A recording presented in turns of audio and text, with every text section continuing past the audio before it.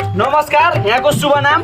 म राजेन्द्र। अब आउँदा 84 मा राजा आउँदा ठिक कि अच्छा प्रधानमन्त्री बालेन आउँदा ठिक कि रवि आउँदा ठिक त? म आउँदा ठिक। क्या बात कर रहे हैं? तपाईँ देशको प्रधानमन्त्री बन्नुहुन्छ? किन के कमी छ र ममा? ल एक दिनको लागि मानौँ तपाईँलाई प्रधानमन्त्री बनाइदिएम होइन?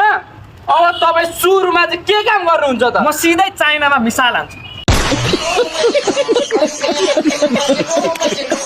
चाइनामा मिसाइल हान्नुहुन्छ अनि चाइनाले भोलिपल्ट नेपाललाई नि मिसाइल हान्यो भने के गर्नुहुन्छ त? बात तो सही है। के अरू त म त एक दिनको लागि प्रधानमन्त्री, भोलिपल्ट त केपी ओलीलाई थाहा होला।